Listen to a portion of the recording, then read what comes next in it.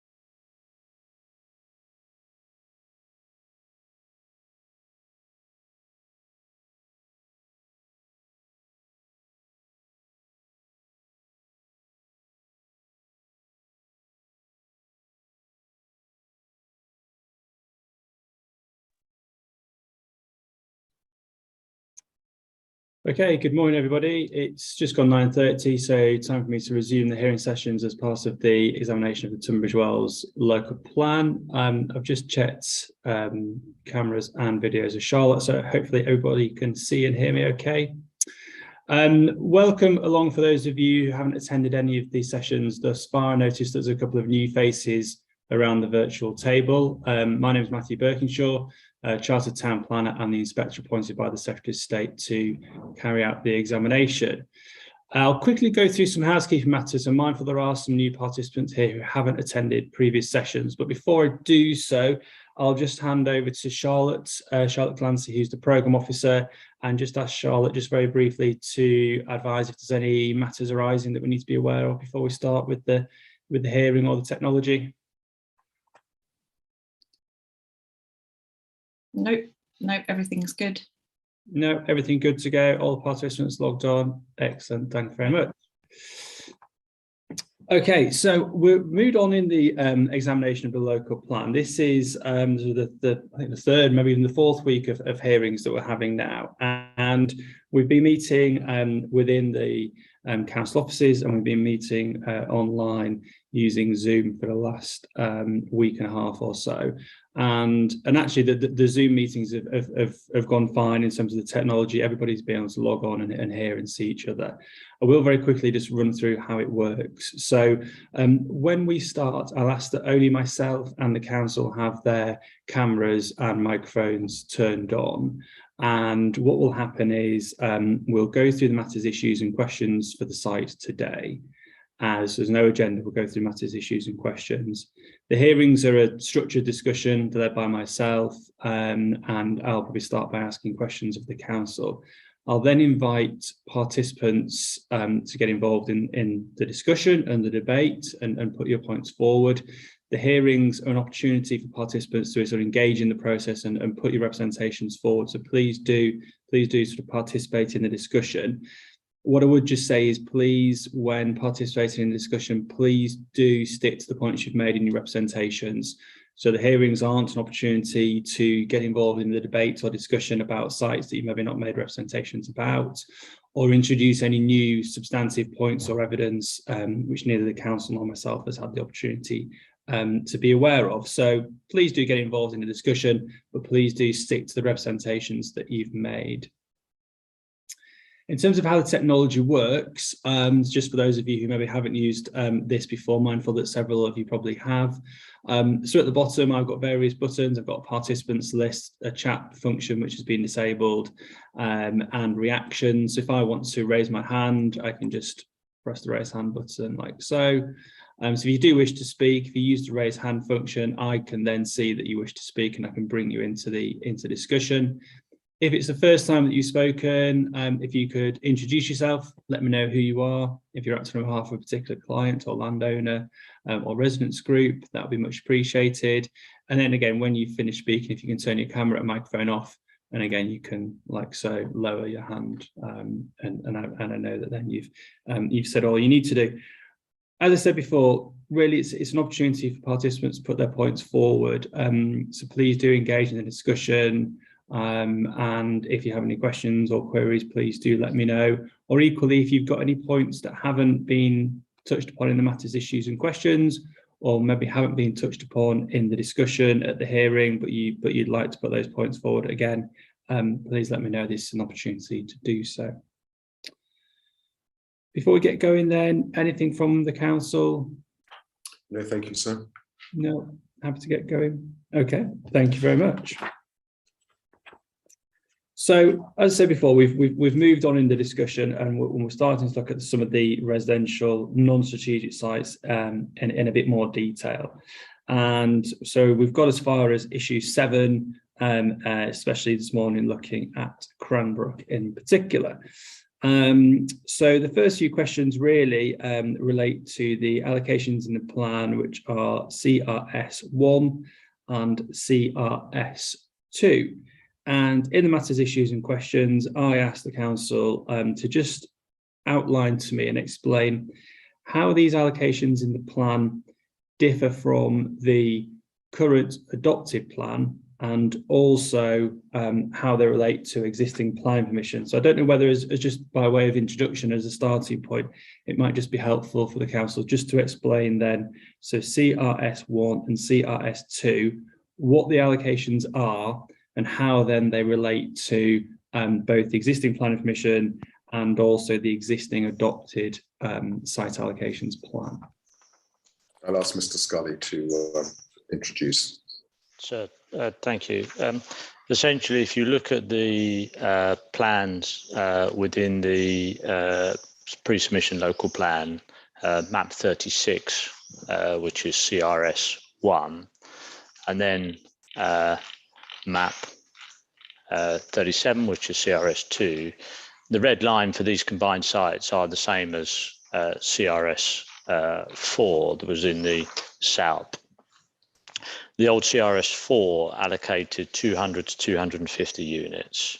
CRS1, which now has consent, it was reserved, had outline consent, now has reserved matters consent, is for 180 units. CRS2 is still allocated or proposed to be allocated for 35 to 45 units. So in total, those two sites together would now deliver 215 to 225, as opposed to the 200 to 250 originally proposed. And that's been brought about through the refinement of the applications and the work that's gone on. Mr. Bourne will explain the situation with regards to CRS2 in terms of applications on that. But our response is two questions 1 and 2 set out the status of those applications, particularly for CRS1 and the detail that's gone on. There's been no significant change in terms of the proposed areas for development, other than on CRS1, there's been some refinement with areas of green space, particularly an increase within the centre of the site for landscape reasons, essentially, to improve the outcomes for that scheme. And the important to note is that the SALP allocation for CRS4 did also include a new LBD which encompassed CRS4 and now obviously encompasses CRS1 and CRS2. I don't know, Mr. Bourne, whether you want to explain the current situation with regards to CRS2. Thank you, Mr. Scully. So for CRS2, there has not been a planning application forthcoming for CRS2 yet. As Mr. Scully said, it's allocated in the Site Allocations Local Plan 2016. However, the application, the permission which has been granted for CRS 1, Brickkiln Farm, which takes access from the A229 and is laid out in such a way that vehicular access can be taken and has been designed as such so that vehicular access can be taken through that site to CRS2. It is understood that the house builder who has the option on CRS2, that essentially the grant of consent for CRS1 has been the reason why an application has not come forward on CRS2. Now that consent has been granted, this house builder, or indeed for CRS2, or indeed another, if the option is taken over by another house builder, is now in a position to enter into a commercial agreement with the house builders for CRS1 to ensure that they can gain vehicular access across CRS1 using the roads, the internal road layout, and the access to the A229, which has been permitted in the scheme which Mr. Scully mentioned previously. So presumably then the access that was approved as part of CRS1, that was permitted on the basis that it would also serve the CRS2 development site. Yes, sir. Yeah. And so in terms of, sorry, and in terms of the CRS2 site, then, so is that in control of a sort of site promoter developer, or how's the ownership sort of situation there? Are there any issues? Presumably, obviously, they need CRS1 to sort of access their site and get that land away. Has there been any ownership issues that's sort of frustrating or preventing that site coming forward? As the council understands, it's sorry, Mr. Scully, if you switch your microphone off, please. Right. Sorry, just 'cause I could hear the echo there. So CRS2 is under option to Countryside, National House Builder. The council has, throughout the course of preparing the local plan, discussed matters with Countryside. As I said before, they were awaiting the conclusions for the planning essentially to have a full consent for CRS1. Our hearing statement sets out that there was a previous reserve matters application at CRS1, which was taken forward by Persimmon Homes. That followed the grant of outline consent.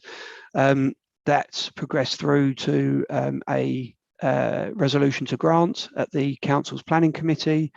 At that point, CRS1 was then acquired by Hill, the housing developer.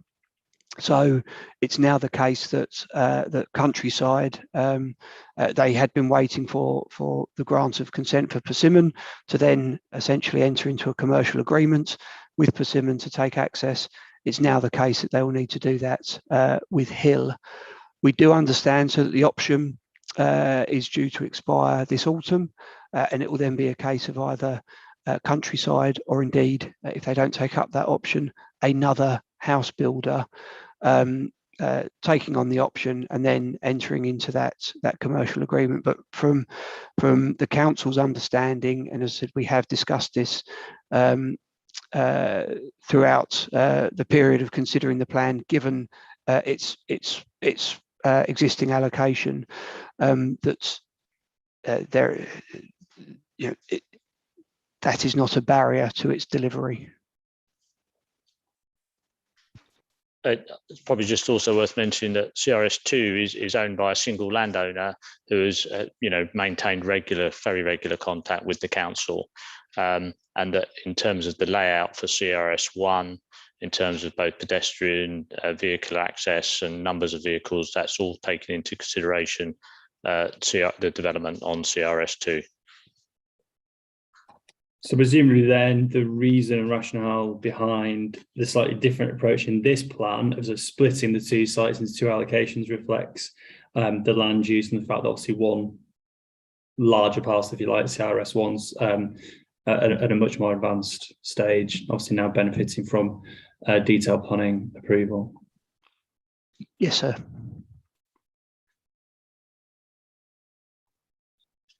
Okay. So bear in mind, or taking that into account there, you've got two sites, potentially different ownerships, different developers, different allocations. How do you ensure then through the plan that they sort of come forward in a sort of in a coherent and comprehensive manner, I think is how I posed the question in the MIQs. How do you ensure that there's sort of integration between the two in terms of any shared infrastructure? Obviously, we talked about the access, design, things like that. How do you ensure that they sort of fit together neatly?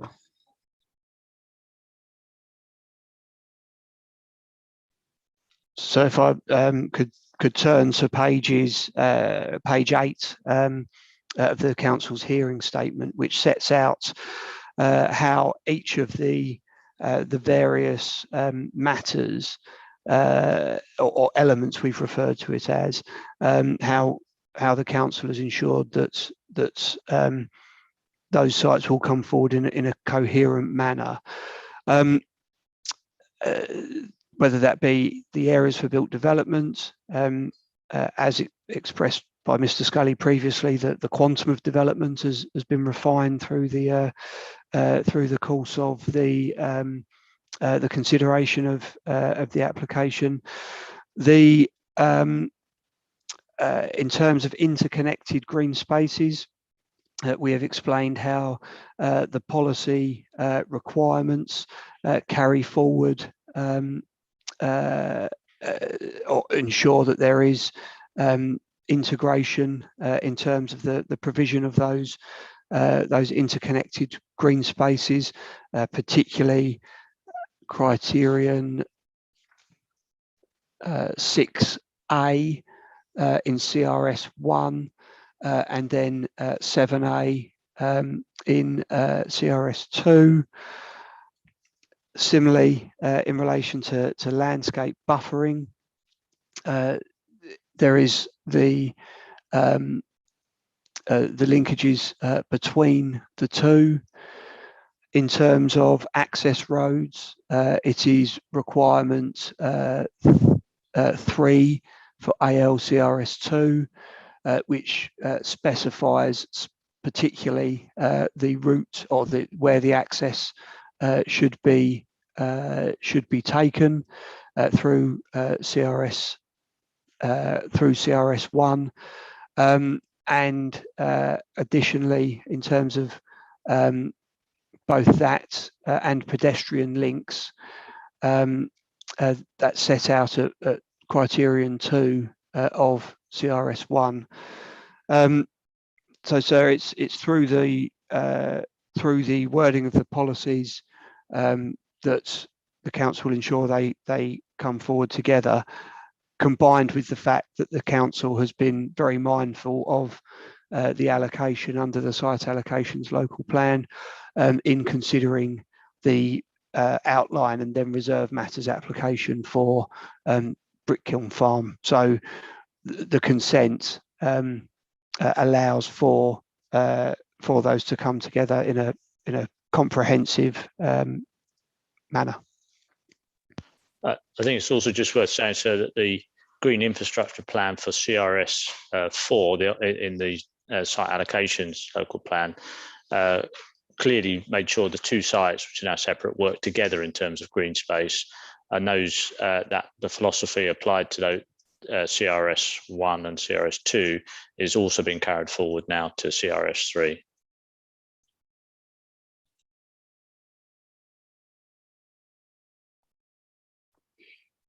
Okay, thank you. We talked about the current position regarding planning applications and planning permissions. Mr. Scully, you mentioned at the start of this conversation about the area of residential development, and you mentioned that there was a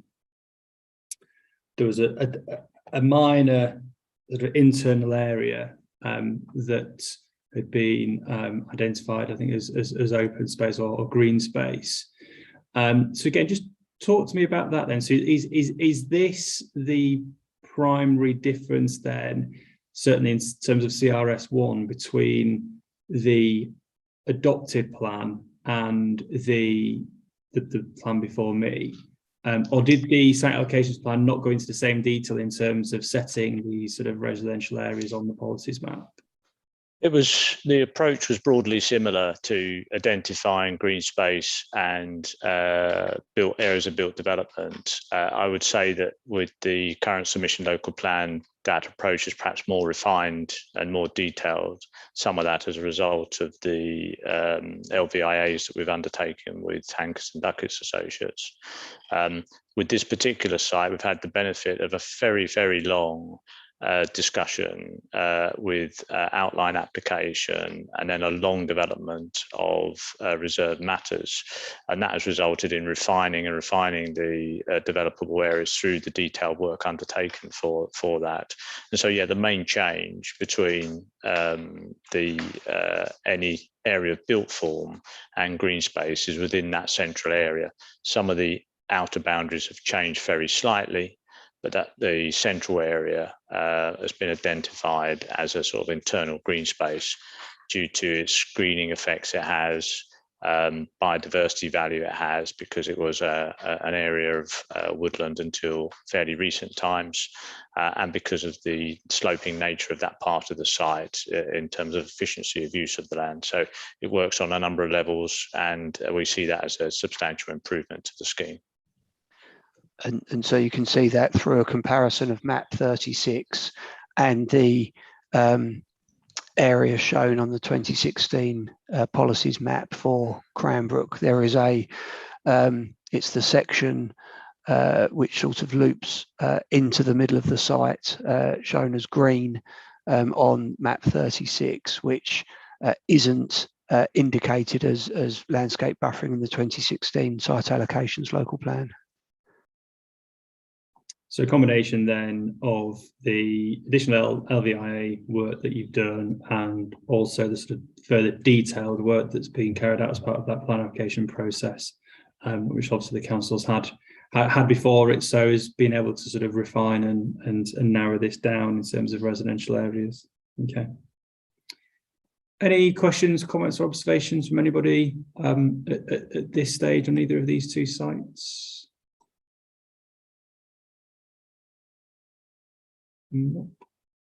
Okay, we'll move on. Oh, just as I say, we'll move on. The hand pops up. Mr. Wootton, I think it is. We'll go to you, please. Thank you. So, thank you, sir. I'm John Watton, Chair of CPRE Kent. I hope I'm intervening at the right point here. I understood you were about to move on from CRS 1 and 2. As you will have seen from our submission, we've suggested that, consistent with the position we've taken on the allocation of land for housing generally in the borough, and in particular in the Aonb, that the further allocation of Corn Hall is unnecessary, because Cranbrook will be adequately provided for by other developments. But specifically in relation to Corn Hall, now that's been looked at separately. We suggest one should consider its impact on the conservation area and the Aonb in isolation. And I would just make the fairly obvious point that of the developments planned in the Crane Valley, southwest of Cranbrook, it is the closest to the conservation area. And so one might think per unit of development might be expected to have the greatest impact on the conservation area. The other point I wanted to make is, again, we've been consistently said that the most efficient use of land should be made. It's not clear to us at what density the Cornhall development is proposed to take place within the developed area, or exactly how the developed area has been determined in that case. And our position is that if that site is to be allocated, then the most efficient use of land should be a high priority in order to limit the impact of the development on the conservation area and the Aonb landscape. Thank you. Okay, well, we'll allow the council to come back on that. We'll go to Mr. Johnson before we do so. Thank you, sir. When we did the site selection methodology session, I think there was a quick point about not getting drawn into settlement specific matters. So if okay, I was just going to raise two short points on this particular matter. So the main point I wanted to make, which wasn't appropriate at the site selection section, but the question I had was the Regulation 18 plan. At that time, the council satisfied themselves through the SA process, rightly in our view, that 803 homes was an appropriate quantum of growth to direct to Cranbrook. What the council then did is, again, rightly, listen to the consultation responses. They picked up that some of the sites proposed for allocation were perhaps overly constrained. So they proposed to delete those, which reduced the level of figure down to 429 homes. The question I had is why didn't, given the council had reached the position that they knew that 803 homes was an appropriate quantum of growth through the SA, why at that point, when they proposed to delete those sites, did they not revisit the reasonable alternative sites to see whether some of that growth could be made up? And I think this picks up on all the sessions we've talked about since then, which is, you know, we've identified a significant need for smaller sites under 1 hectare. There are housing needs more generally in the borough, particularly for affordable housing. This is a really highly sustainable settlement. To just drop down to 429 homes without revisiting some of the reasonable alternatives, to me is a missed opportunity. And I think we've set out, and I don't want to go into too much detail because it's not a site-specific issue, but we set out in our Matter 5 statement quite strong grounds why we feel even just a modest site such as our client's site, which is a short walk from the centre of Cranbrook, it's only 70 homes. Part of that site, if not all, could have made a contribution to help the council. And we just make that point now because I think there's a good opportunity to discuss this today and hopefully find a way forward. But just raise that here. Thank you. Okay, thank you, Mr. Johnson. Go back to the council to respond to either of those points, please. Firstly, sir, I'll respond to CPRE's comments regarding CRS2 and would ask you to look at the plan for CRS2 and indeed CRS1 in terms of the conservation area. The very reason that we've have some green spaces both in CRS1 and CRS2 between the proposed development and the historic core of Cranbrook is to conserve the conservation area and be respectful of it. It is a constraint, and it's something that was discussed at length in terms of the inquiry in the site allocations local plan to make sure that the development was appropriate in this context.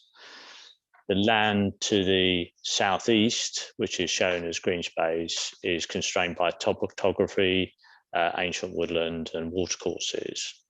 At the moment, that land is all in private ownership. There is no management of it, particular management of it. It's and it would be a missing part of the puzzle, if you like, if it wasn't allocated.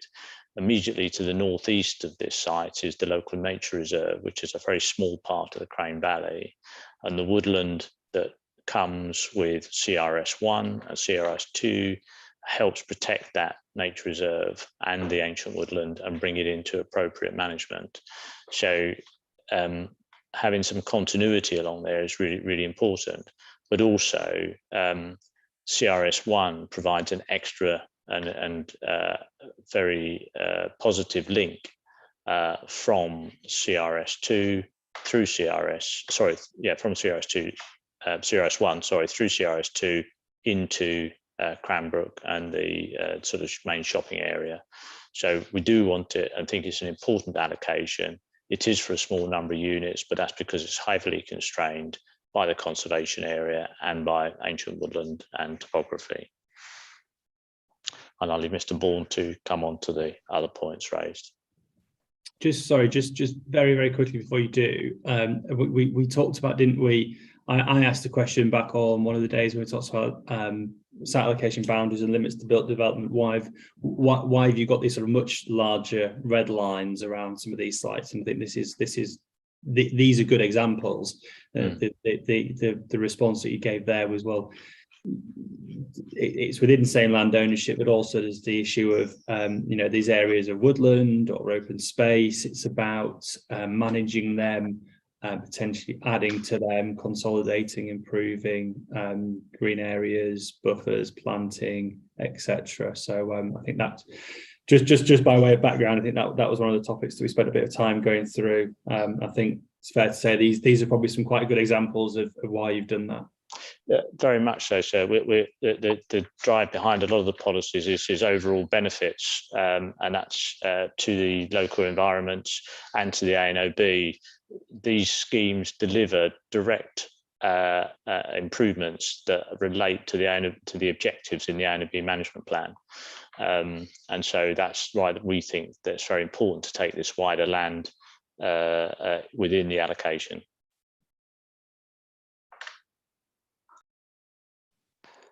So, and if I can just cover the point that Mr. Johnson raised. So the council at Regulation 18 or following the Regulation 18 consultation considered all of the representations, the consultation responses, and there was further work undertaken on a number of sites. Some of that related to landscape impact and major development in the Aonb around Cranbrook, and some sites were considered not to be suitable allocations following that landscape impact work. Other sites, and there are some smaller sites, also came out because of the implications of vehicular access that would have on landscape and the verdant nature of some areas, and so some of the smaller sites came out as a result of that. It wasn't all because of the work following the LVIA work following the representations. What the council did, and as it did elsewhere across the borough, and we've spoken on previous days about some of the sites which came in post Regulation 18 consultation. They weren't proposed allocations at Regulation 18 stage, but then the further evidence and the council's considerations meant that they were deemed appropriate allocations, and they therefore were in the Regulation 19 stage, and that was particularly at Royal Tunbridge Wells. So you might recall a couple of the sites that we spoke about. So the council did consider, at that in preparation of the pre-submission local plan, the consequences of sites coming out.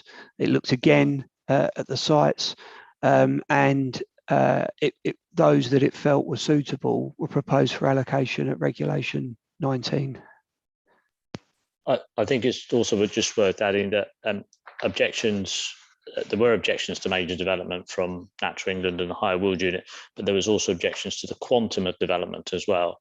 So we're mindful of the overall amount of development, and also there was a number of appeals and so on, which may have affected various sites. So all those were also taken into account. Just in response to Mr. Johnson's point, then, why did as part of the site selection process, then, and when looking at Cranbrook, when individual sites were removed from the Reg 18 plan or not taken forward, this goes back to a discussion we had, I think, back on one of the days about the strategy. Did the council have an idea of, okay, well, this is where Cranbrook sits in the hierarchy, and this is, an amount of growth that we think is appropriate for Cranbrook. Therefore, we'll seek to allocate sites up to that level, be it 500, 800, 1,000 dwellings. Is that how it works, or is it more site-led? So it's just, I think the point Mr. Johnson was taking is that, okay, you've lost sites from a sustainable settlement. Should you then actively seek to allocate sites to sort of get the numbers back up? So a couple of questions there. So did you do that? If not, why not? And did you have this sort of predetermined or an amount of development at settlements like Cranbrook that you were seeking to achieve? So it's very much the second point that you said there. It was a site-led approach, but when we go back to the distribution of development days, the function, the role of the settlements was one of the matters that was considered. It wasn't as perhaps the previous or the existing development plan, which sets out a quantum per settlement. For example, 300 houses and should be at this settlement, and then a consideration of those sites to meet that figure, and if one were to fall out, to then look for another. That's not the approach. And without going over all of the distribution of development day again and the strategy, there were various matters taken into account that included the consideration of the individual sites, and some sites that were in at the draft local plan stage, and we have to remember that was Regulation 18. The council was seeking views on those. It felt they were appropriate at the time, but was clear that it was all subject to Regulation 18 and any subsequent evidence that was undertaken. And so the council's conclusions post Reg 18 and post that further work was that there were not the suitable sites at Cranbrook that warranted allocation. The council wasn't striving for a set amount at a particular settlement, but in considering the overall approach, we were highly mindful of the, for example, the role, the function, the services which are provided at the different settlements, as we were indeed in relation to matters such as whether sites are in the Aonb or not, for example, at Horseman Den.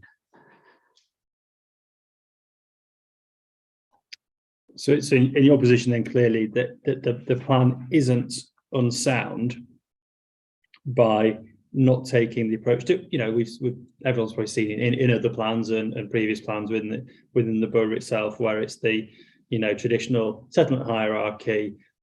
A is going to take 1,000, B is going to take 500, C is going to take 250. So you don't think it's unsound by taking that approach.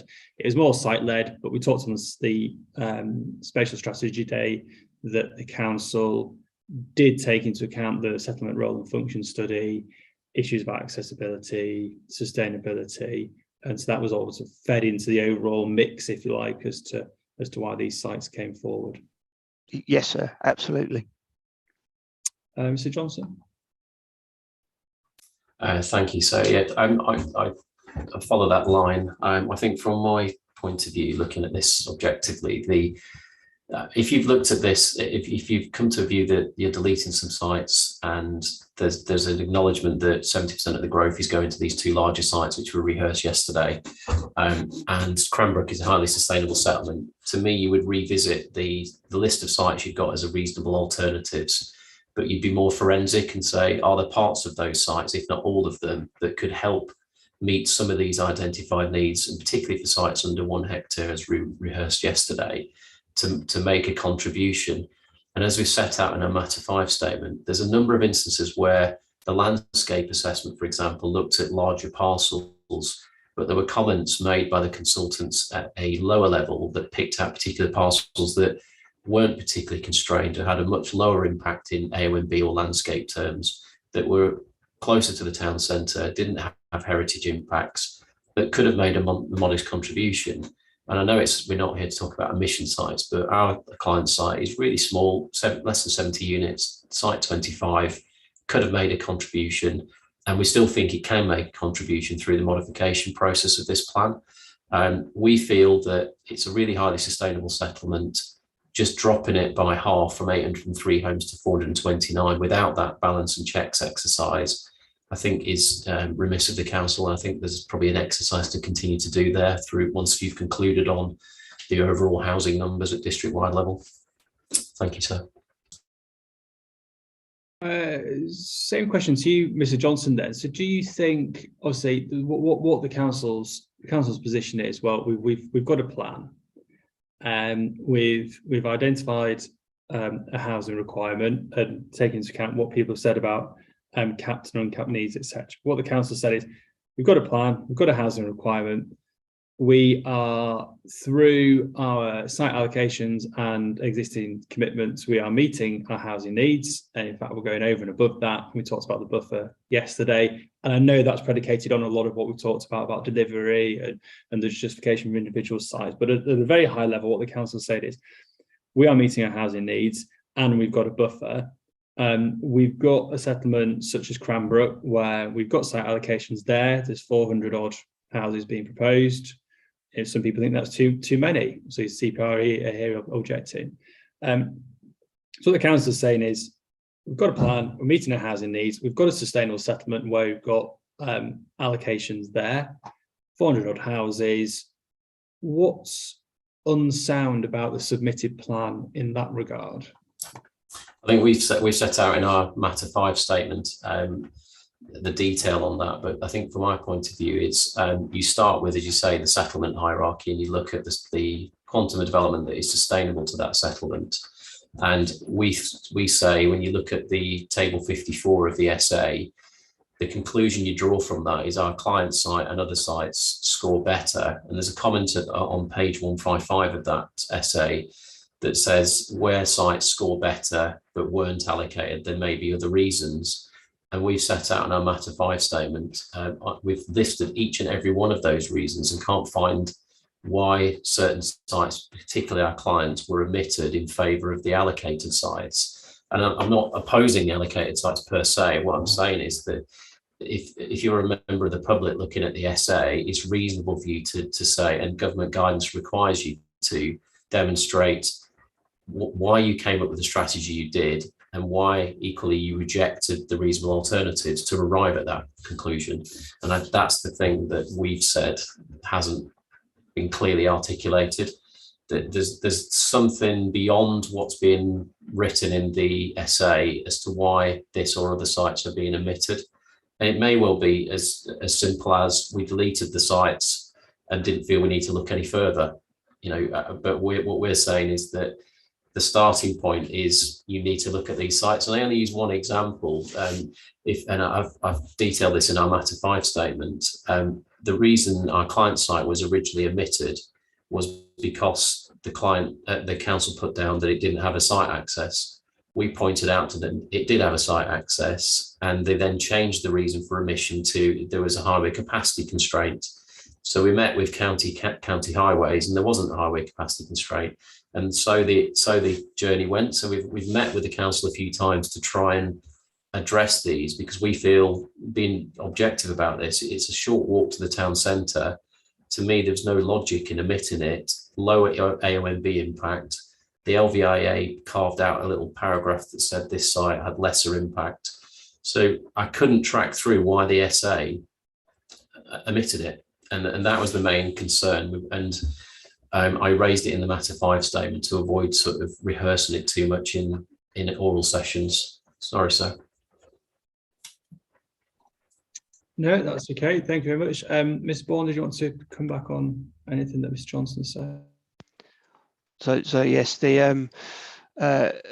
I'm conscious about not getting into a specific discussion on a specific emission site, but the council, and this is set out in the SA, it did look at matters again. For example, there's commentary in the essay on other sites at Cranbrook, which explains that whereas there was previously an employment element proposed in the draft local plan, when that was no longer to be taken forward or to be considered, the essay looked at that again and was revisited to make sure that the essay was appropriate and was assessing the sites as being considered. The point about where it is set out that the council does not consider a site to be suitable is in the Sheila and in the individual sheets for the sites. Again, I'm highly conscious about not getting into a discussion on the site that Mr. Johnson is referring to. I'm happy to talk about the council's views on that, but in broad terms, the council it did consider matters. It considered the points that were raised at Regulation 18 stage. It considered them again post Regulation 19 stage, and its conclusions are that the sites which have not been taken forward are not suitable.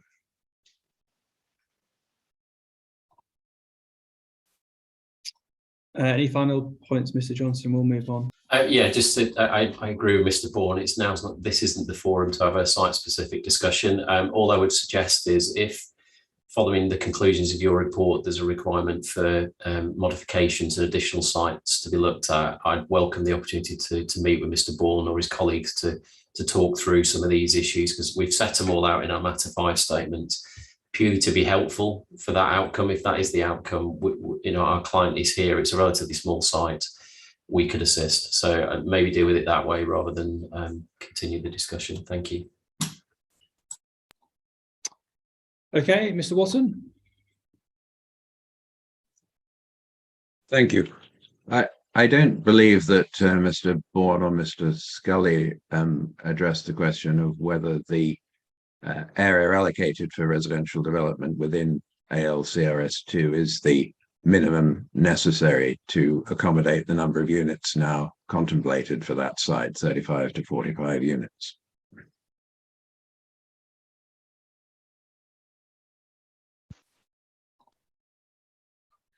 So clearly, I haven't got the figures in front of me exactly what that area is, but that's in the basis on which it is proposed that we believe that it can accommodate that number of units.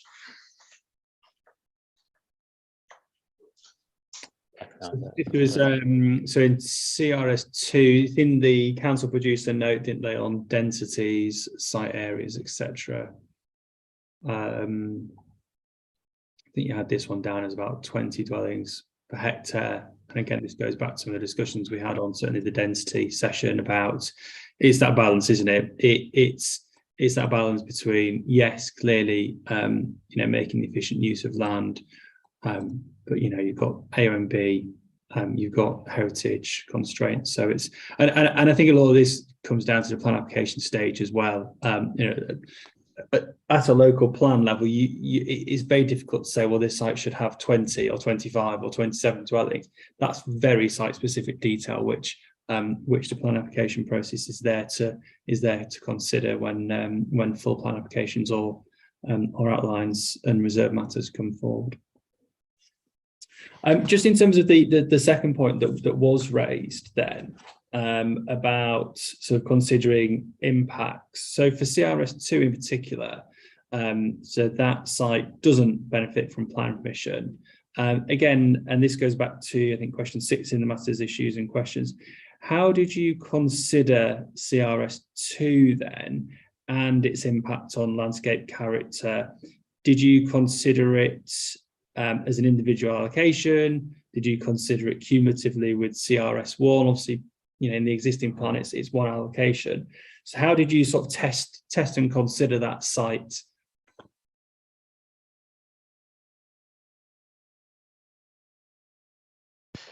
In our view, sir, that was fully tested at the examination for the site allocations local plan. There was detailed representations from the Aonb units. We undertook various landscape studies and heritage studies to make that allocation, and it was considered sound by that inspector. And it took account of the whole of CRS1 and CRS2.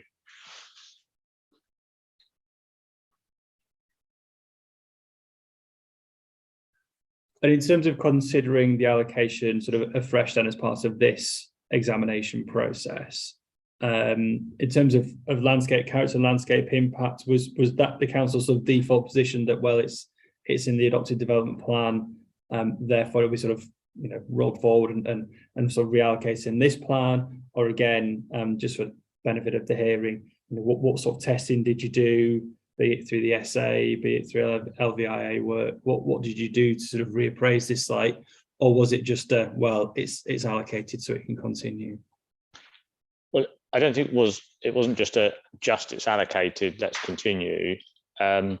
Very much there is a starting point for landscape assessment work, and that is a consented or allocated sites are normally considered to be developed. So the further work that we did was very mindful of that.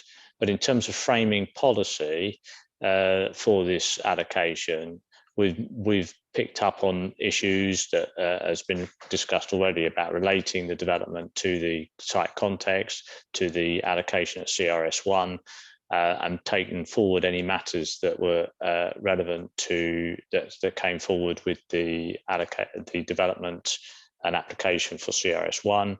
So we believe the matters are adequately dealt with both through the policy and the work done for the site allocations plan. I think Mr. Ball may want to say something else on the other work, like the sustainability appraisal.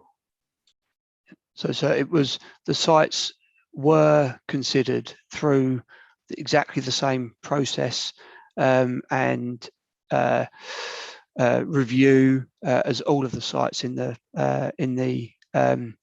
submitted through the call for sites and site allocations local other sites and other sites within the existing local plan, existing site allocations local plan. So they're all considered through the Sheila. They're all visited. Considerations around their suitability, their availability were undertaken again.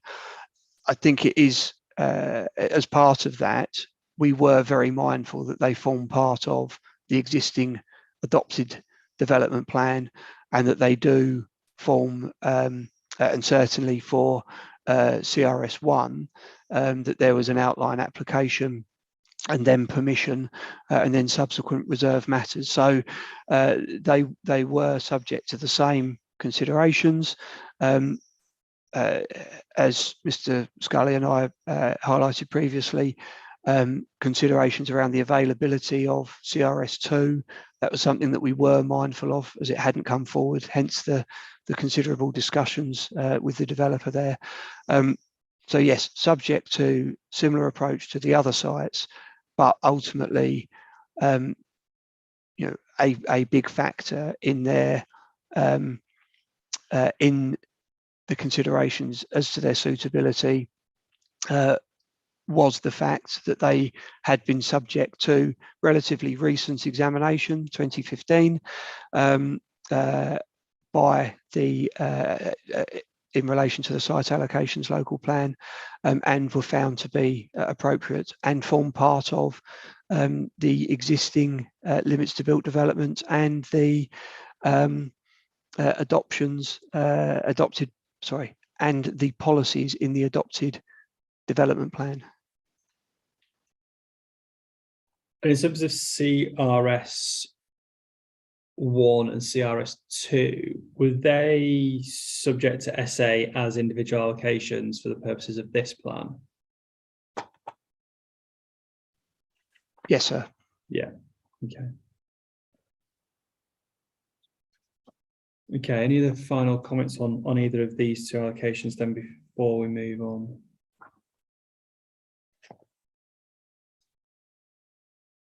No. Okay, so CRS3 then, which is Turndon Farm.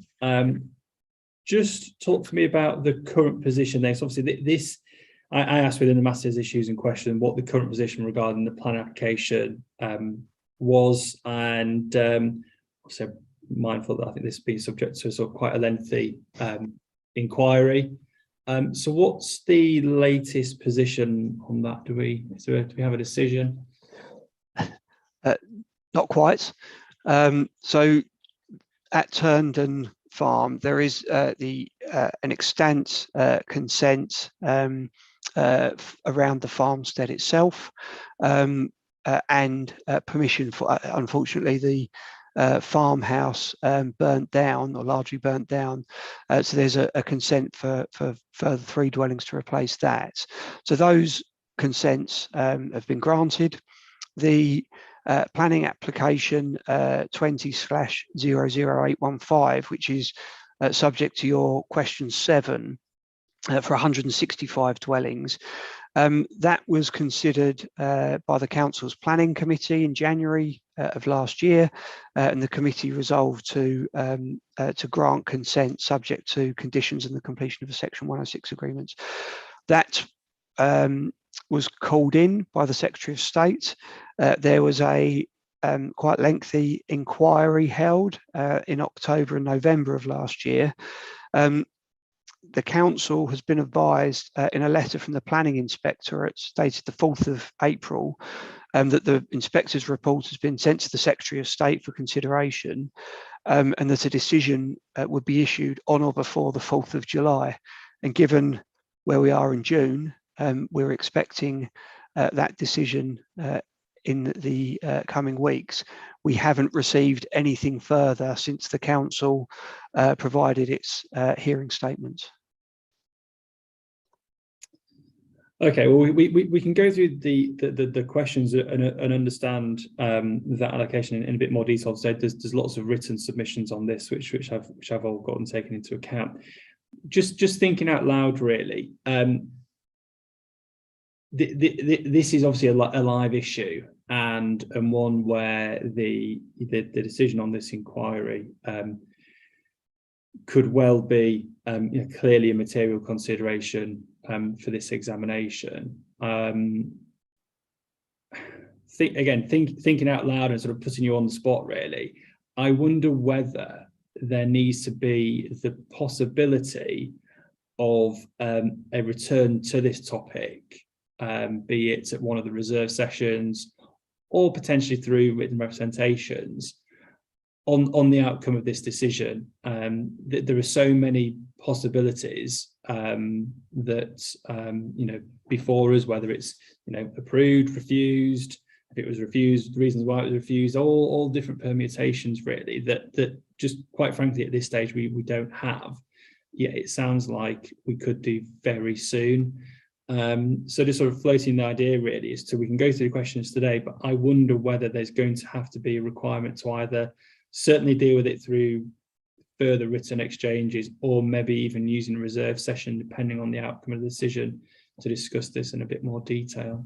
So we have considered this. We're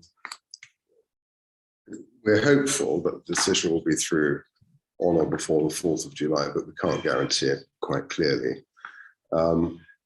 So the idea that discussion should be reserved, I think, is a sensible one. Depending upon when the decision is available, that will impact on whether or not we can have an oral session, or whether we leave it to written representations clearly. And depending upon the nature of the decision and the substance of the decision, that will also determine whether it requires lengthy further consideration on your part, or whether actually, if it's granted, if permission is granted, that rather puts a seal on it in terms of its suitability for allocation. So our view is that it would be sensible to defer consideration of it, so that if there are matters raised by the Secretary of State that bear upon the merits of the allocation, then they ought to be considered properly and thoroughly, and the parties ought to be given time to consider them. So it would, in that sense, I think I would agree with you, be premature to undertake those discussions now, when we may have to revisit them in a short space of time. Yeah, and the added difficulty is as well is yes, clearly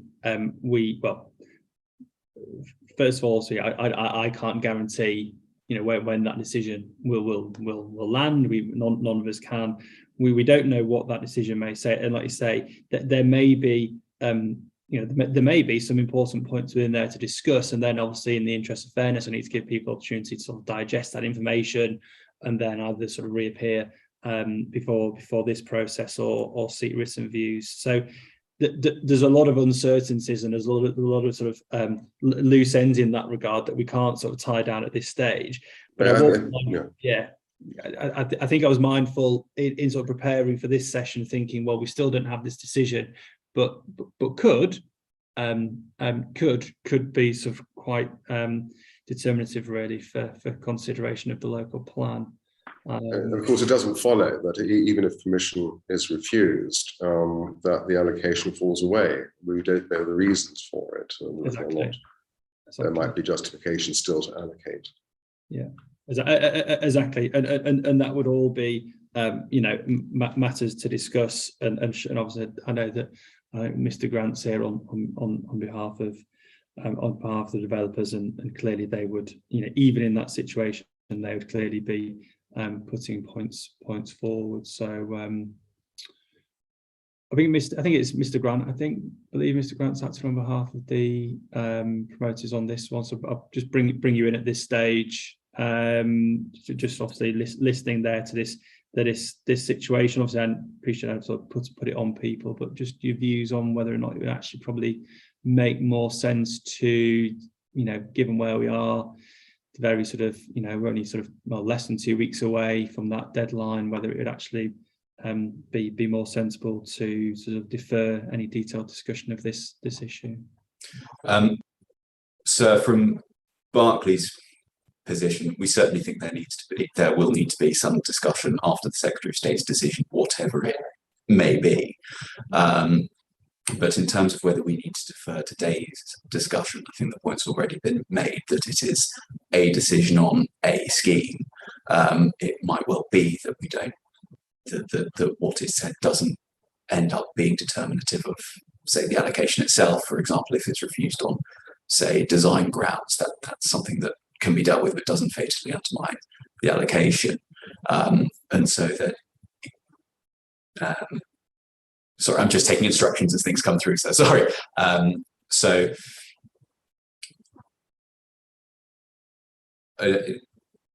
the allocation, in short, so the allocation doesn't necessarily hinge on the Secretary of State's decision.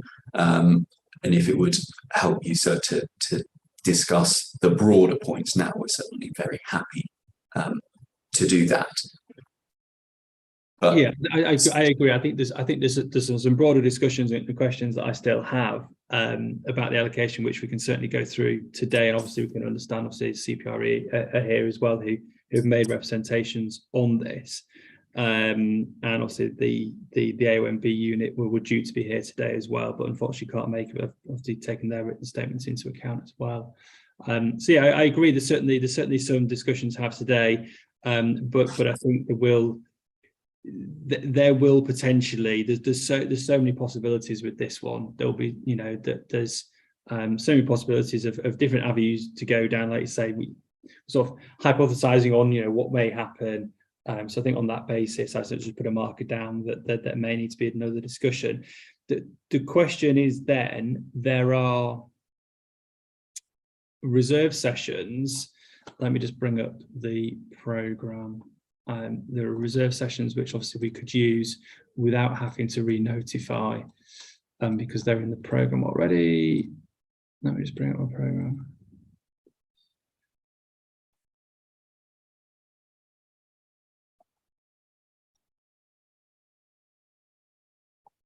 So there is a reserve session, I believe, on Tuesday, the 19th of July.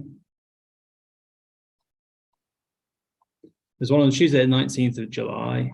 There's one on Friday, the 15th of July. And there's another one that week, I believe. And there's one the following previous Friday. So Friday, the 8th of July, Friday, the 15th of July, and Tuesday, the 19th of July. Now, mindful that we'd potentially obviously have to give people sufficient lead-in time to sort of read and digest any outcome and consider it, then it's probably looking like potentially the end of July, potentially considering this issue. The 19th of July, we're all available for that session here at the council, if that's of assistance to you. Okay.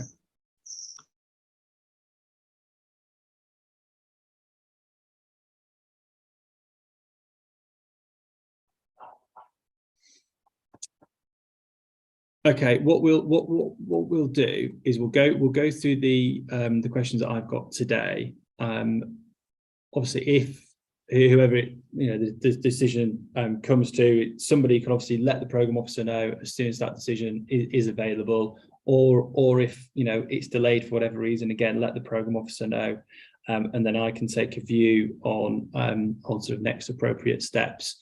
But just at this initial stage, I think it's worthwhile raising it now that we may need to come back on the 19th of July, which is obviously in the programme anyway, to discuss sort of potential implications or outcomes from that decision. Very good, sir. Thank you. Mr. Grant? So it's just a minor point on the 19th of July date specifically. I know I'm not available. I'm just checking at my end if the rest of the team are, so we may have to come back to you on the specific date if that's okay. Okay. Obviously, yeah, appreciate that. So just to drop that on people in the hearing, but I think it's an important point. Let in terms of availability, diaries, etc. Let Charlotte know if you wouldn't mind, the programme officer, and then Charlotte can liaise with both myself and the council for potential sessions. We've got all day on the 19th. I don't envisage that it would take all day, so we can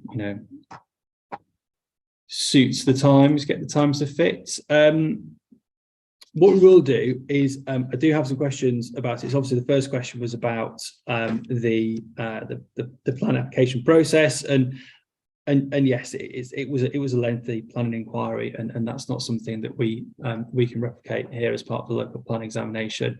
But nor do we need to, because we're not considering a detailed scheme in the same way. But what I just want to understand at a sort of at a local plan level then is again, this is a site where you've got it's probably one of the largest actually, where you've got this much larger allocation, and then there's a very detailed site of residential development. So again, what's the justification for the sort of much wider area of land? And also just talk to me about how the residential area in particular has been established within the policies maps. Thank you, sir. I think in terms of the wider land area, the council were very mindful of this development coming on top of previous allocation, and also the consent at Turndon Farm as well, and how to frame this as in a sensitive location, and to provide sufficient mitigation. In terms of how we've approached the sites, if we look at the actual allocation plan, which I'm just going to call up now, for CRS 3, there was some principles in terms of we did not think that development should go beyond Turndon Farm to the sort of south because of the sensitive nature of the landscape, and also a gap between Hartley and Cranbrook, which was considered important. And Hartley's the settlement to the southwest there.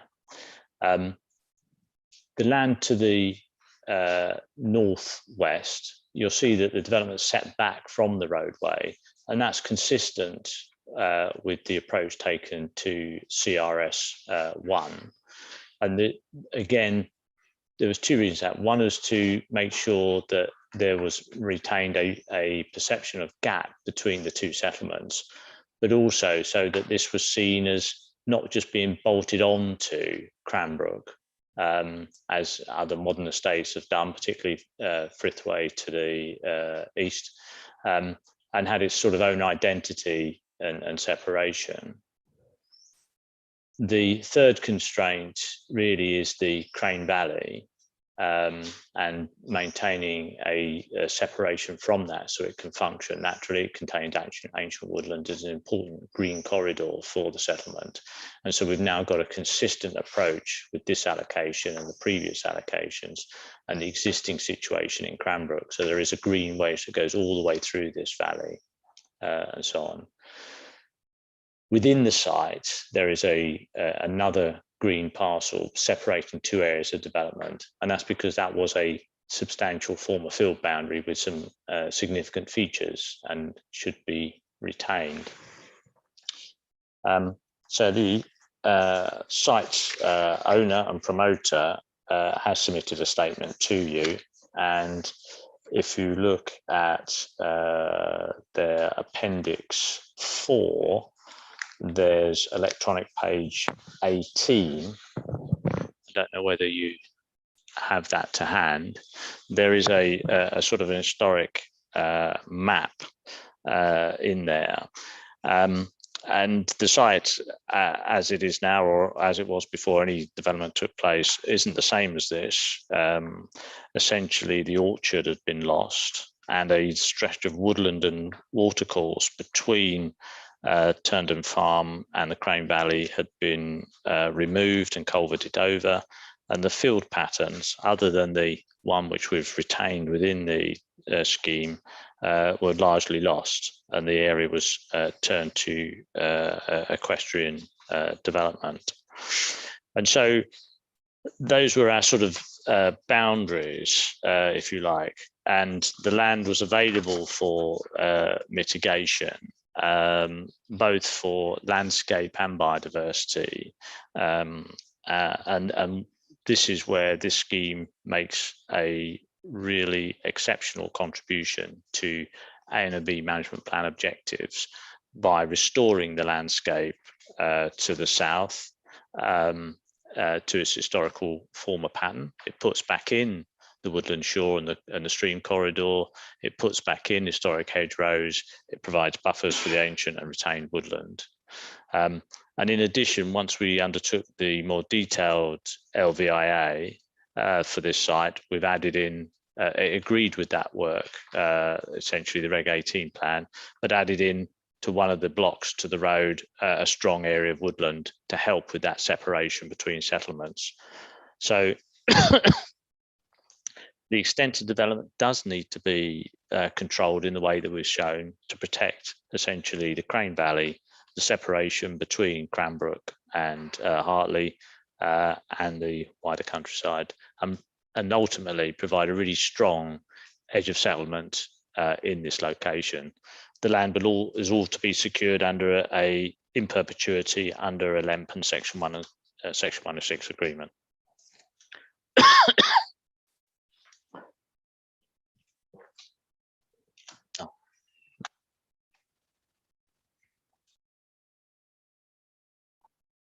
And in terms of the policy itself, then, so if we go back to the local plan, so do you think this is sufficiently set out in development requirements as to what's going to be required for development here? We had discussions on this in previous sessions about how we need to link any additional work with outcomes, and I think that's something obviously we're looking at. But we do feel this is a strong policy. It provides the requirements, but we are mindful of the comments you've already made.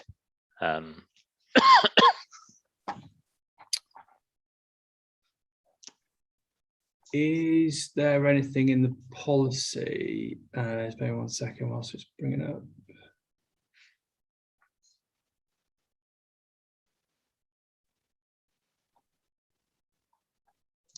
I'm just looking for the relevant landscape development criteria. Yeah. So we've got criteria 5, which is the same as I think you mentioned elsewhere, and formed by our arboricultural survey, landscape and visual impact assessment, and it's about providing the additional link to the outcomes of that work. We've also provided the green infrastructure, which Mr. Ball mentioned earlier, and this is similar to CRS1 and CRS2, so there's consistency across the sites. We have had extensive discussions with between developers, which we've facilitated, of CRS1 and CRS3 and the parish council, to make sure that the links that are being provided are adequate and make the appropriate links for both pedestrians and cyclists, and that landscape buffers and landscape features are consistent across the sites. There's nothing in there. Is there anything? There's nothing in there about the Aonb in particular, is there? No. But that is, we do have the other policies, of course, and when we come on to discuss those, you've even asked a question about development in the Aonb and the requirement for consideration of objectives. And so this issue about how development contributes to the objectives in the management plan is an important consideration, and that is covered by the Aonb policy.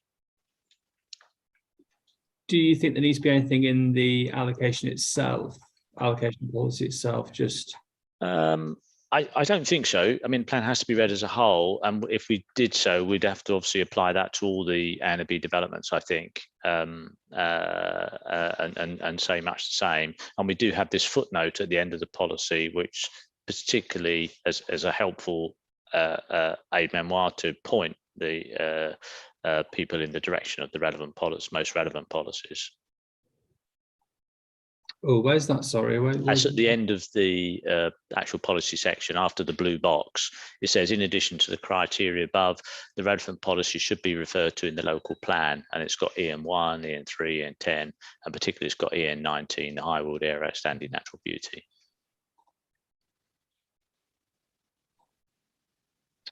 Okay, we'll take some comments at this stage. Just obviously some quite detailed explanation there about how the council has arrived at the site area. What I would just say, obviously, as part of this process, a lot of these sessions fit together. So obviously I know that Mr. Grant and Mr. Wootton haven't been at other sessions, I don't think, but a lot of these sessions fit together. So we've talked about housing needs, we've talked about the spatial strategy, and a lot of the questions I asked on the sort of first and second week in particular was about, okay, well, why do you even need to go anywhere near these settlements in the Aonb?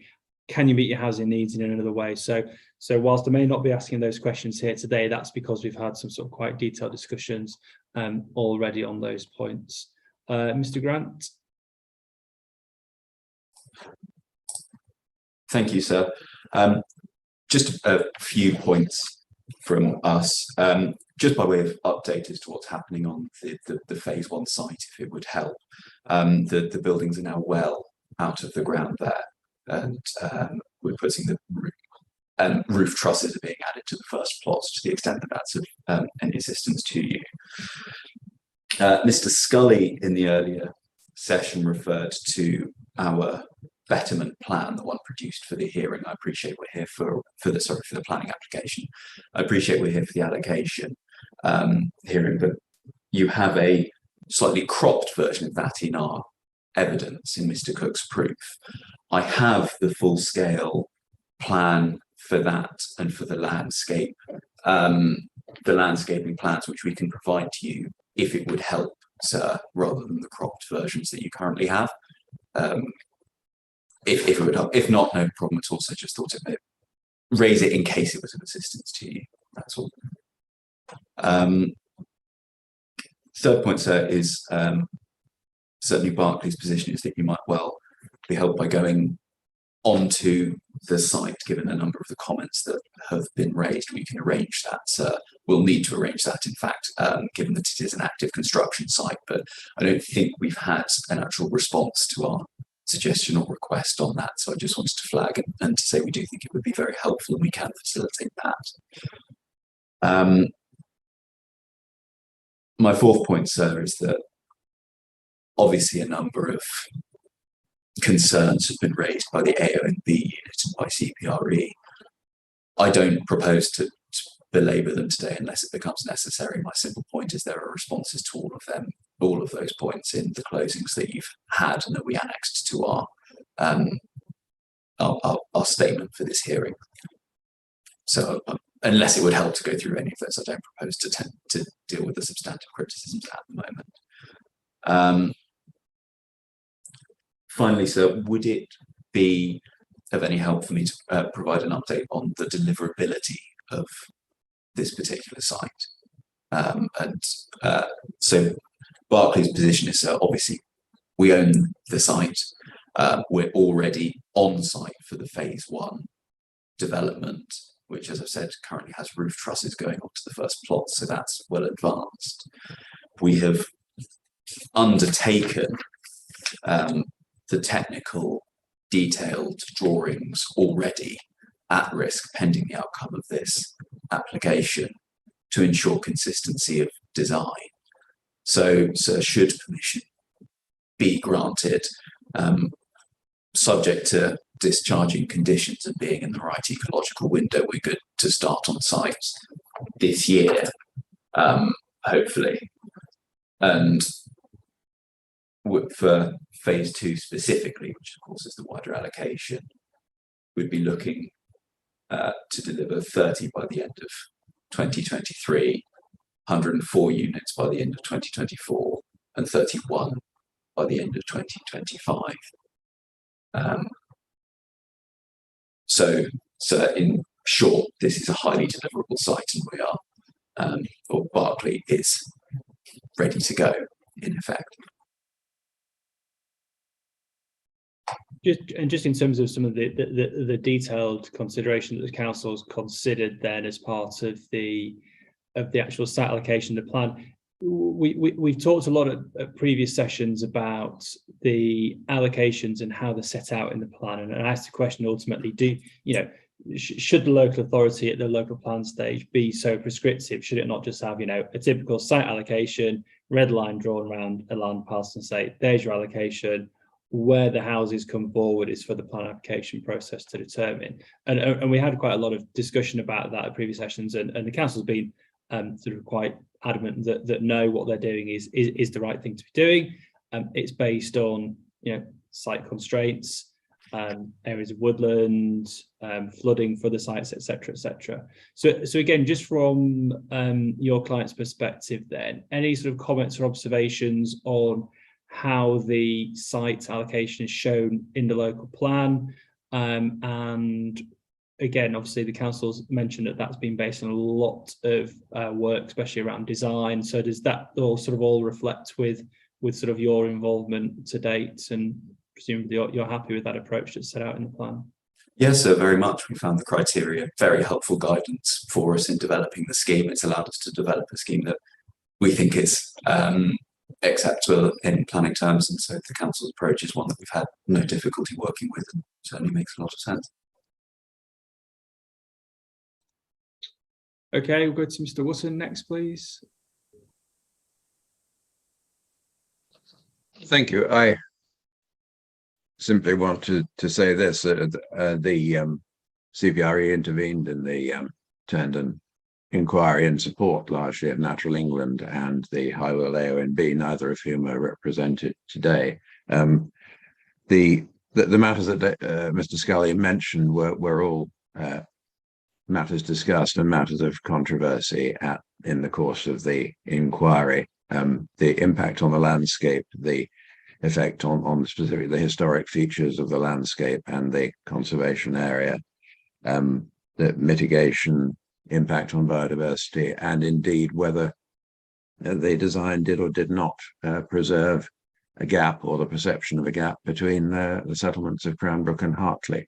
But like Mr. Grant, I see no purpose in going over these issues today. You've received documentation covering all of them from, I think, all relevant parties. I think there's nothing more I can usefully say, except that if there is a further session on Turndon, we will endeavour to participate. Okay, thank you, Mr. Scully. Sorry, sir, I should have said this about the high wheeled units and their absence today.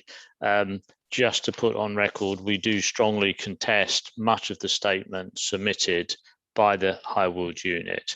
I'm happy to go through it if you wish, but I don't want you to think that the council accepts it. And as Mr. Grant explained, there is a very lengthy closing statement from the applicant which set out how the evidence was discussed and heard in relation to landscape and biodiversity. And that encapsulates a lot of the council's position on this site. These matters were considered in a lot of detail, and we do not agree with the statement submitted by the high wheeled unit. And just in relation to that, I would say a couple of things. First of all, there is a statement of common ground between the council and the developer, and that's contained on page 64 of the Lichfield Statement, Appendix 2, and it sets out the merits of the development in terms of all the benefits that we've taken into consideration as to why this scheme is important, because it's not just about mitigation, it is about betterment and what this scheme can deliver. You will, when we come to Hawkhurst, hear about an appeal at Hawkhurst for a major development in the Aonb, very recent, again, a proposed site allocation. And you'll see that CRS1, CRS3, and the Hawkhurst scheme are all deliverable in the basis and the way that they've been framed by the council's policies. And in particular, coming back to the maps we've shown in terms of green space and developable areas, this appears to have been quite effective and been accepted by the developers in all those cases. And so it seems to be, in our view, working already. And that's why we think that's the right approach. And the Hawkhurst appeal was also objected to by the Aonb unit and Natural England in much the same way as this scheme was. The Aonb unit did object to CRS4 as it was, and the inspector still allowed that scheme as well. Natural England did not object to that one. And it's also important to record that Natural England's objection is an in principle objection, as we've highlighted in our statement of common ground. So I think it's, I'm more than happy to talk about any of the detailed issues raised by the Aonb unit that you may wish to go into, but we do believe we've set that all out in relation to the inquiry for that application. Okay, thank you. Yeah, we certainly talked when we met in person in the council offices about the principle of this, and this went back to some of the concerns that Natural England raised about the principle of directing development within the local plan towards settlements in the Aonb and Aonb sites. We talked at length about whether or not the frameworks would preclude that and what the frameworks require local plan authorities to do. I do just want to touch upon question 9, which is about the scale of development. And I know we've already touched upon this with Mr. Johnson earlier on, but just in terms of Cranbrook as a settlement there, so you've got allocations proposed in the plan, had allocations there in the existing development plan, and there's also planning permissions. in terms of the overall scale of development proposed, then just talk to me about how that was considered and how the council reached a conclusion as to the overall quantum that these allocations will deliver in a settlement like Cranbrook, and how they sort of took into what factors you took into account, and how you reached that judgment that actually the scale of development, the quantum of development in this location is appropriate, because I think that's the point that several representatives have made.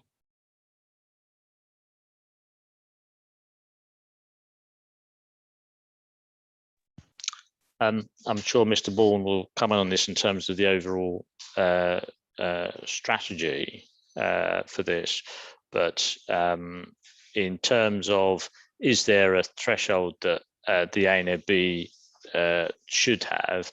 The answer in terms of either quantum or individual sites, that we've discussed that there isn't, you know, and the council's view is that where we're proposing major development, they do also bring major benefits, and that's the approach that we're securing through this scheme.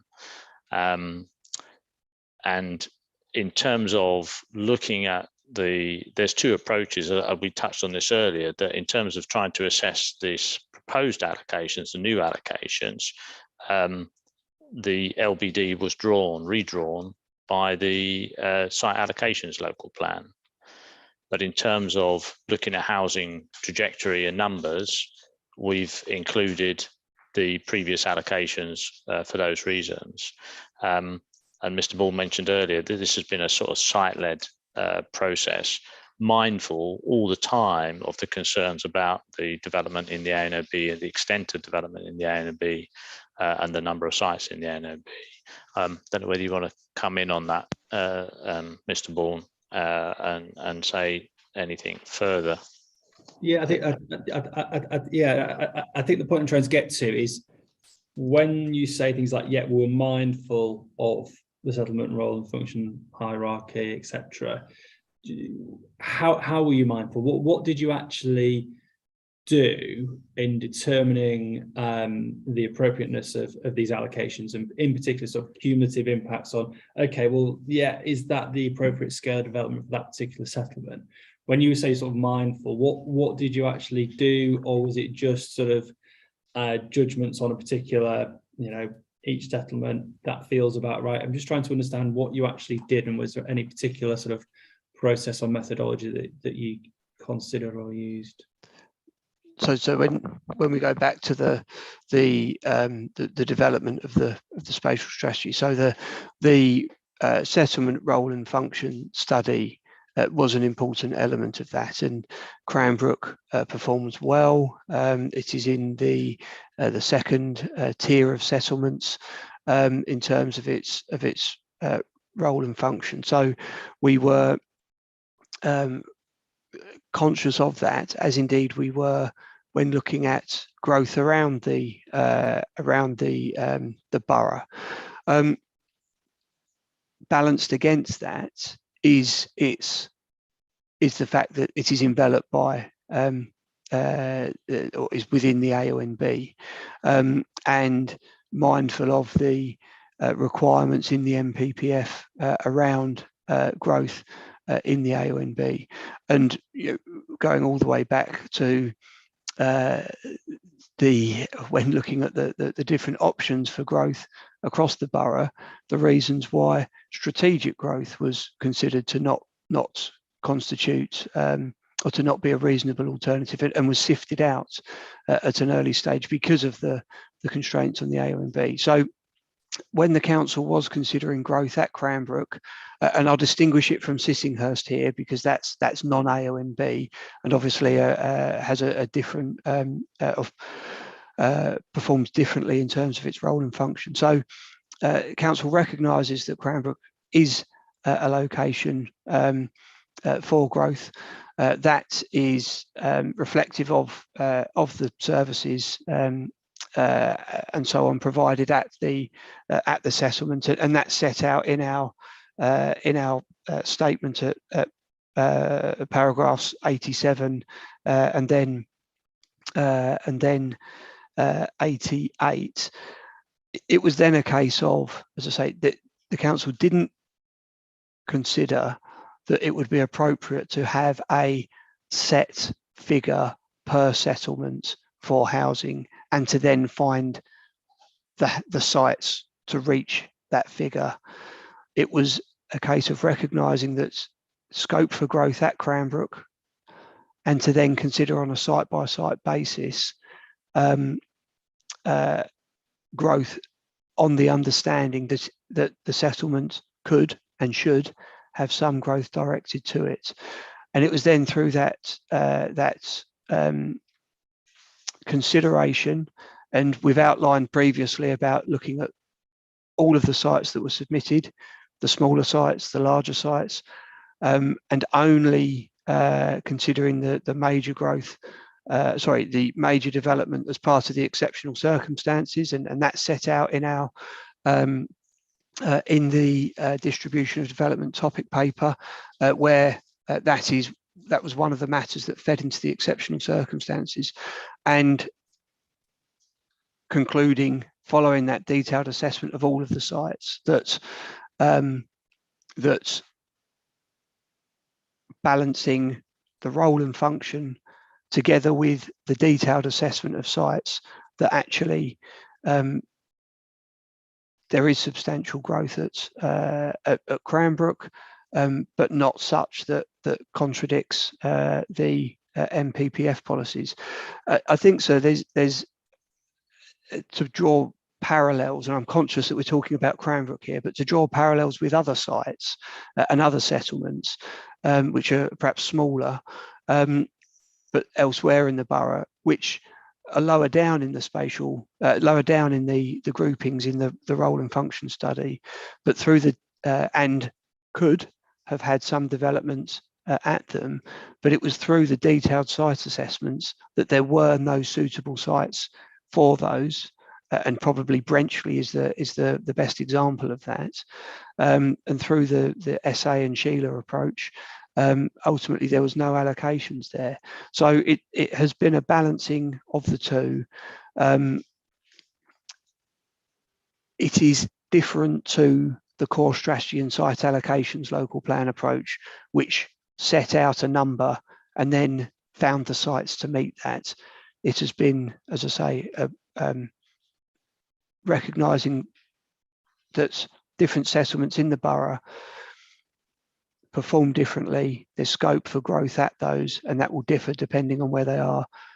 But of huge importance has been the site assessment process, particularly given that Hawkhurst and Cranbrook, being larger settlements in the eastern part of the borough, are within the Aonb and the MPPF requirements around that.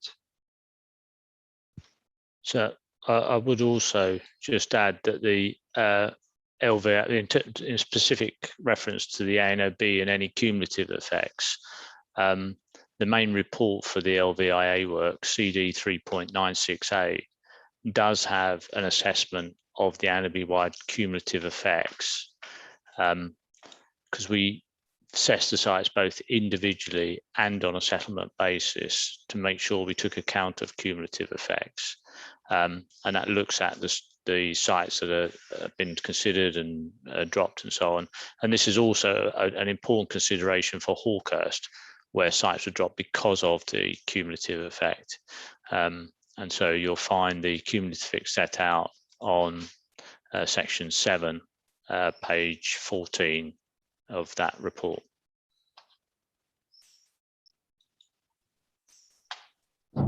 So as part of the LVIA work, then you considered, obviously we're talking about, three allocations here, within very close proximity to each other. So that considered cumulative impacts of those allocations coming forward, together concurrently. And we've talked about some of the links through, obviously, certainly CRS 1 and 2 this morning. So the LVIA didn't just look at these sites in isolation then.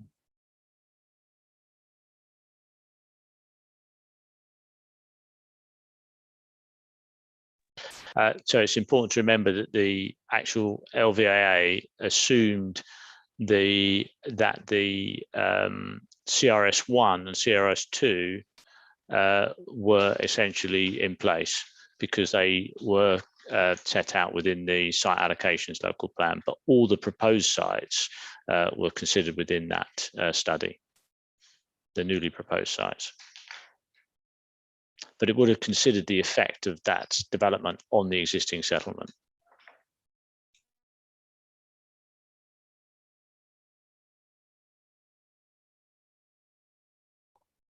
Okay, any comments, observations on what we've just heard in that last part of the session?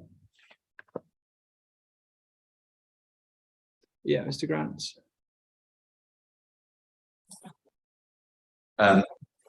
Thank you, sir. Obviously, exactly how the scale has been reached is a matter for the council. For the matter for the council, I don't have anything to detract from that. But in terms of the second part of question 9, which is whether it's justified, the answer we say is very much yes. We've laid this out largely in our written statement, but this is a key settlement in the borough. It's got access to a range of services. There's, we say, very limited visual impact, which in an Aonb is not something to be sniffed at in any way, shape or form. And that's been tested, sir, both through the HDA's LVIA, its independent review, and of course in the inquiry. This is a site that's adjacent to existing allocations and indeed a construction site, and it's able to deliver significant mitigation even with the quantum of housing that's suggested in the allocation.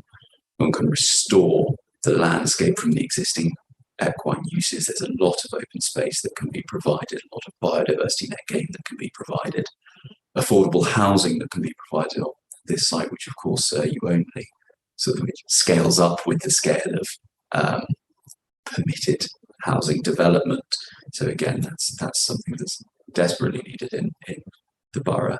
Less than half of the site is actually allocated, I think, for building on, and in terms of densities and what's actually physically there. So it's not, as we explored at the inquiry, not actually out of keeping with what's already there in Cranbrook. So in short, so we very much say that it is appropriate and just the scale of housing is appropriate and justified in this location.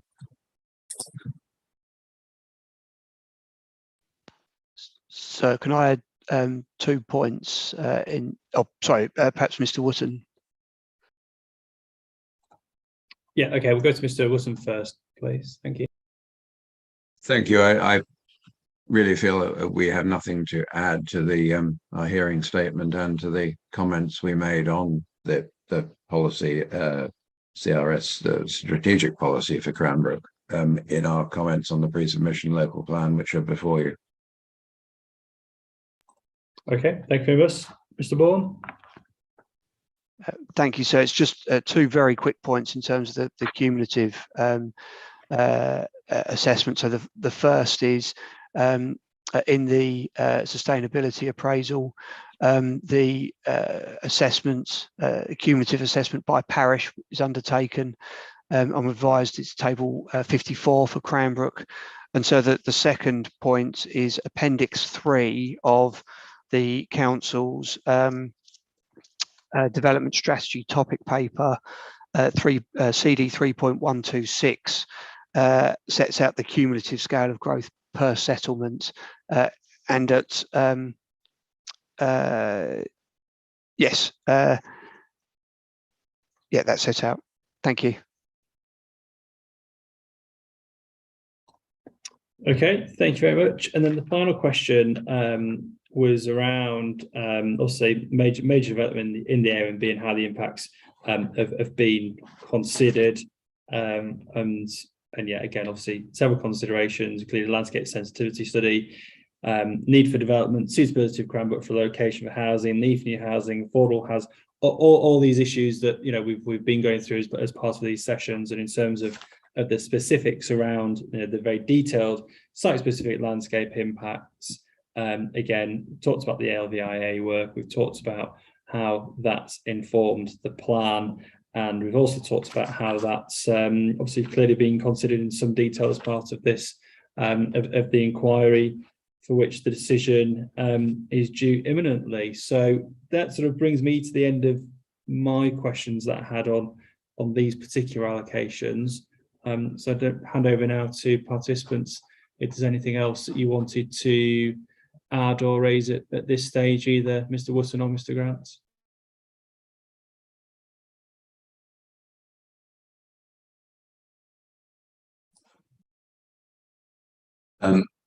So from our part, Barclays part, nothing to add to what you've said. You have our statement, you have our closing as to what exceptional circumstances can be met on this allocation. I'll leave it at that. Sir. I have nothing to add either, so thank you very much. Okay, thank you very much. It's got to 11:15, so I propose we'll take a break and then we'll come back. And I think there's just 2 more sites to go through, which will probably take us up to lunchtime. So unless there's anything from the council, propose a break until past. Is that okay? Yeah. Okay, thank you, everybody. We'll adjourn. What I would just say for Mr. Grant and Mr. Wootton is obviously, yes, clearly, if you want to stay for the rest of the session, more than welcome to do so. But if you didn't, then sort of, you know, happy for you to leave the session during the break, and we'll resume back at 11:30. Thank you very much.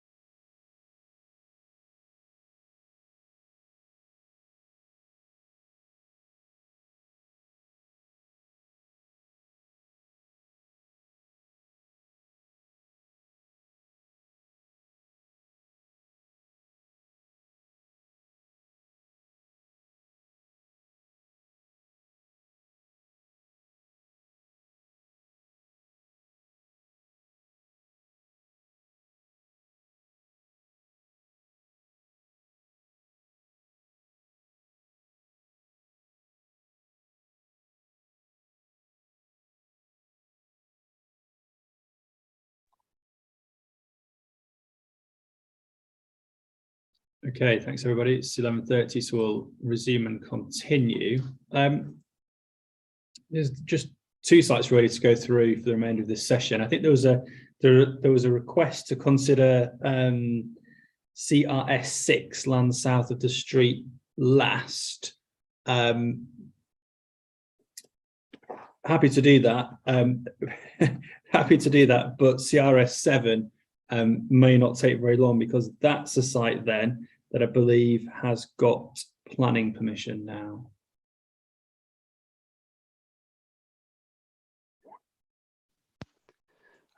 Yes, sir. It has outline consent followed by reserve matters, which was granted in January this year. Yeah, and I think you said that conditions are already being discharged on that one. It sounds like it's progressing. Okay, fine. Just in terms of that one, that falls into the category of sites we talked about before. So yes, whilst it's got planning permission, conditions being discharged, doesn't make it unsound, so it would remain in the plan. Clearly there might be a revised scheme that potentially could come forward, etc. Did you have any questions on that? I didn't have any further questions on CRS 7 in that regard. Happy to move on. Yeah. Okay, so land south of the street, CRS 6. So the first question that I asked was about whether or not can approximately 20 dwellings and a replacement community hall be provided on site, and you referred to a plan application which is before the council. The second question I think is probably the more pertinent one, really, which is the allocation viable when also taking into account other infrastructure costs, including the need to provide for affordable housing. So taking a step back then, so this is an allocation that's within the plan that requires the, presumably the community hall replacement is because the existing community hall would be demolished to make way for the access, is that right?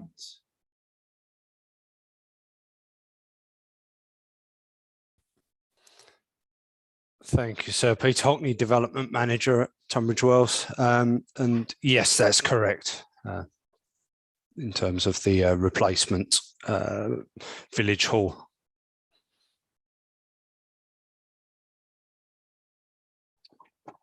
Okay, so yeah, the existing village hall demolished, makes way, opens up the remainder of the sites. The requirement then, as part of the development requirements, is to make alternative provision. So a plan application has come forward, and there's been some sort of conflicting views then on viability. You want to sort of fill me in on the latest position and what's happened with this one in terms of the plan application viability and where you've got to in terms of its consideration? Thank you, sir. Yes, in terms of the application itself and also the council's response in terms of the hearing statements, I think we set out that the viability assessment was based on the sort of plan-wide approach, and this site was deemed to be viable in that regard. We were conscious that this was one of the more sensitive sites in terms of viability, particularly as you mentioned earlier, with the requirement to replace the village hall. So the application is currently in. There is a viability assessment submitted with that, which we are, which we have had independent assessment of, and that indicates that affordable housing provision is not viable in relation to the scheme that's come forward. The scheme in all other matters is progressing. We've recently received amended plans, which will be shortly going out to reconsultation on those in terms of matters of detailed design and landscaping and tree protection issues as well. So I think that's essentially the latest position on that in terms of the application. And as I say, the viability in terms of the site specific, it is one of the more sensitive sites to changes in viability. Thank you. And is this essentially around the requirement and the cost associated with replacing the village hall then? Correct. Yes, it's one that I think if the village hall was not a requirement of the policy and a requirement of the site development, then we will be looking at a drastically different picture in terms of affordable housing provision. So if this is a site, then it's in a local plan. It requires the demolition of the existing village hall, and obviously we'll come on to discuss these in due course. But presumably there's other policies within the plan that obviously seek to protect community uses, etc. So clearly, yes, as part of that, a replacement needs to be provided. If a replacement village hall cannot be provided, and the scheme, in accordance with a policy compliant scheme, is the allocation justified? Because it sounds like the allocation is not effective, because obviously this viability evidence has come along and it's said, well, we can't afford to provide the replacement village hall and meet affordable housing policy requirements, and we've heard a lot about the council's position in relation to meeting affordable housing needs. So is it justified? Is it effective? We think the policy as it is effective in that regard. I think the requirement for the replacement village hall is key to the social benefits of the village. It also does increase the yield of housing within Sissinghurst, which does not have a large amount of allocations associated with it. In terms of the planning application side and the sort of detailed development management considerations of that, it will boil down to, as I say, the social benefits in the terms of the MPPF as to whether the social benefit of an improved and enhanced village community facility outweighs that of the affordable housing provision, which I think is currently the deliberations that are going on in terms of the planning application itself. But in terms of the policy, we feel that it is justified in that regard. The problem is that the policy requires the provision of affordable housing, and at 30%, and we know from the work that's been done that can't be achieved. Presumably the council hasn't critiqued or criticised this work. We're not in a position where the council say no, the numbers are wrong, go away and look at your numbers. I think the council has accepted that it's in a position where it would be unviable. So the policy as submitted is not effective, therefore it's not justified, because that it can't meet 30% affordable housing. So there's two possible ways around this. The first is, the policy is not justified, it's deleted. It's not justified allocation because you can't meet the policy requirements. It's not effective, the policy is deleted. The second alternative is to seek to amend the policy to provide additional flexibility to reflect exactly the points that Ms. Stockney's just made, that there are these sort of wider benefits of making a new and improved community facility in a community hall, etc. But to do that, the council would have to reach that conclusion. They'd have to reach that conclusion itself. It's the council's plan, it's the council's allocation, but also what the council would have to do in that situation is, you've made a decision to allocate this site on the basis that it would, whilst the viability assessment had indicated yes, it might be marginal, you made a decision to allocate this site on the basis that it would provide 30% affordable housing and a replacement community facility. So if that's not the case, then you'd have to, and if you were seeking to introduce some flexibility into the policy, then you'd have to go back and you would have to look again. Again, we've talked this morning with Mr. Bourne about how this process of identifying sites was site-led. You took into account a range of factors. You'd have to go back again and look at that in the light of this information, and knowing what you do now, that this isn't going to provide any affordable housing, and come to a conclusion as to whether or not that was still an appropriate allocation. But as it stands, if it can't deliver the affordable housing, it's not effective. It's not an effective policy. The policy can't be achieved. I think that's, if I may say so, a very sound analysis of the current situation with respect to that allocation. So it's not a matter which obviously could be determined at this moment in time, but the council has to go back and think about this, has to reappraise its original viability assessment in light of the further information that's come forward as part of the application process. And my suggestion would therefore be that we park this particular allocation for the time being, that we undertake a further assessment and balancing exercise and come back to you with, as necessary, either a proposed modification, which could be justified by reference to the evidence base, or alternatively a deletion of the policy if it can't be.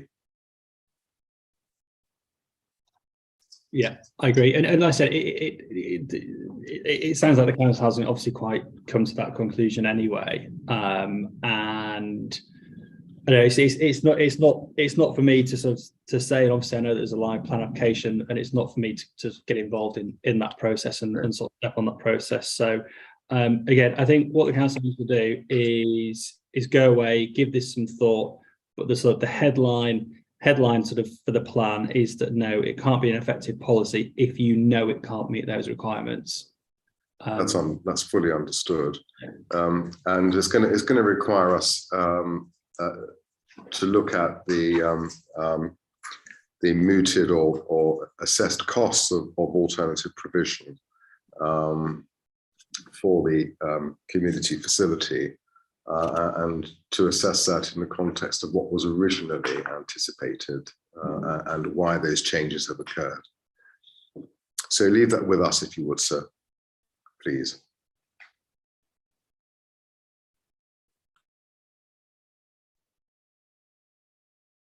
I think on that basis, there probably isn't too much more that we can go into on that site, because that goes to the very fundamental issue of whether or not this allocation is justified and should be in the plan.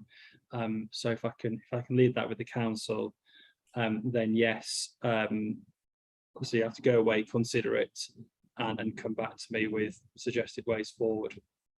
Indeed, we'll do that, sir. And I have every expectation that there might be a need to deal with this on the reserve day, along with any other remainders too. Mr. Watson? I just wanted to emphasize, consistent with our comments on this policy and the application that's been referred to, the paramount importance of affordable housing in rural villages, especially those that are rather expensive to live in, like Sissinghurst, and the importance of efficient use of land. The application that is before the council allocates less than 20 homes, 19, on a larger area than the policy indicates, and has no affordable housing. So I do think that the baseline should be the council's normal policies on percentage of affordable housing. Yeah, and that's why I said really it's the council to consider the way forward for this site, because if the council was to suggest, well, you know, we'd seek to put forward a main modification and ask me to support that to say remove the affordable housing requirement on this site, then clearly that needs to be fully justified, and it goes back to that whole issue about, okay, well, knowing what we do now, is this an appropriate strategy for Sissinghurst? Is this an appropriate site for Sissinghurst? Knowing that it's not going to provide the affordable housing.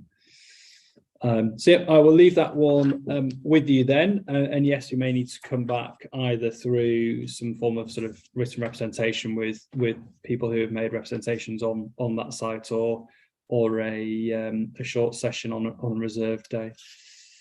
Thank you. Consider that one. Yeah, a question told us about viability. Just in terms of the village hall, then, criterion 6, provision of replacement village hall and associated parking. Do you think that the policy is sufficiently clear as to exactly what's required? Has there been any sort of debate or discussion over size of the replacements, what that would be, whether it would do something that the existing one doesn't do, any of those sort of conflicts or issues that have arisen?